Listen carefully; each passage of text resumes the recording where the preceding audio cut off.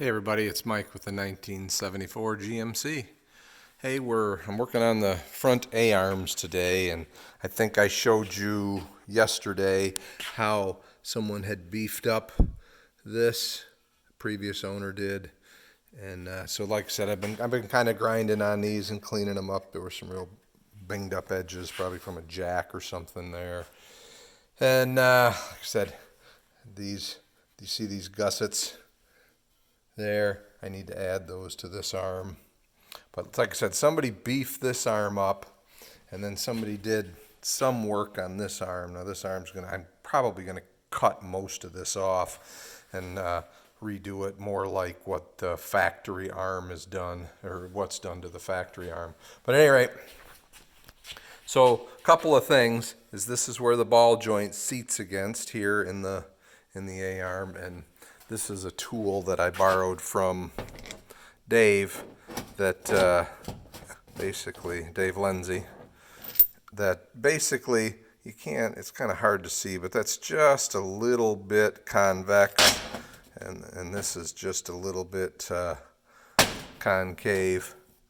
And so the goal was to basically to coin this area right here so that the ball joint hits on its perimeter, or makes good contact on its perimeter, and then you probably kind of suck it flat as you tighten this, tighten that stud up.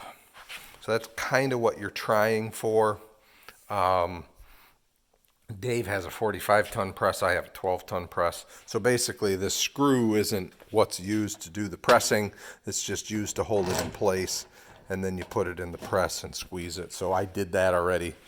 And I do feel like I got, like it's just a little bit raised around the bolt here on this back side. So kind of what you want. This is a tool that he made for reaming the holes, for getting the holes in the right spot. And so what I did, I want to just see what's going on here, because when I put this in, one of my holes is very centered, the other hole is not.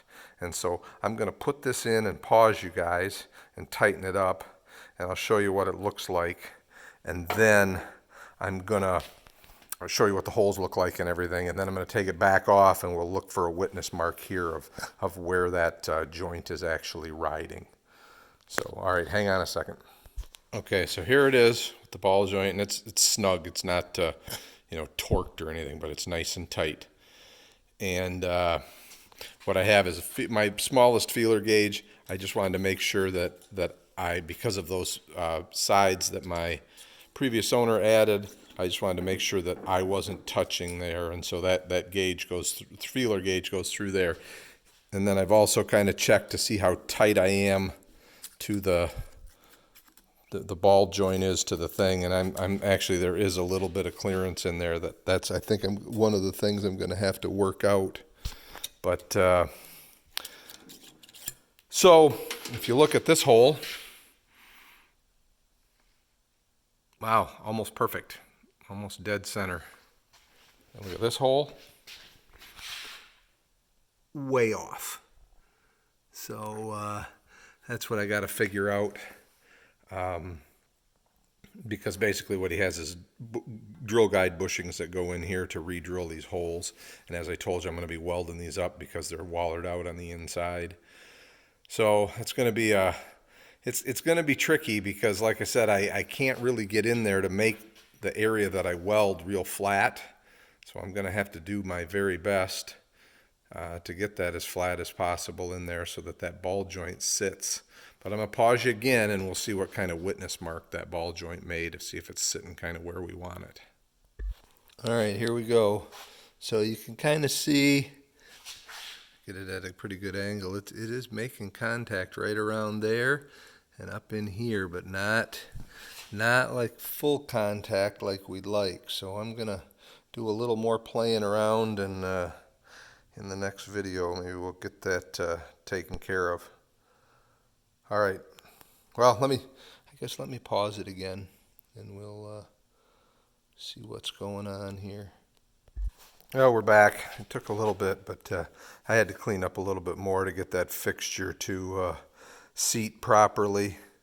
But you can see we're still hitting around the the center.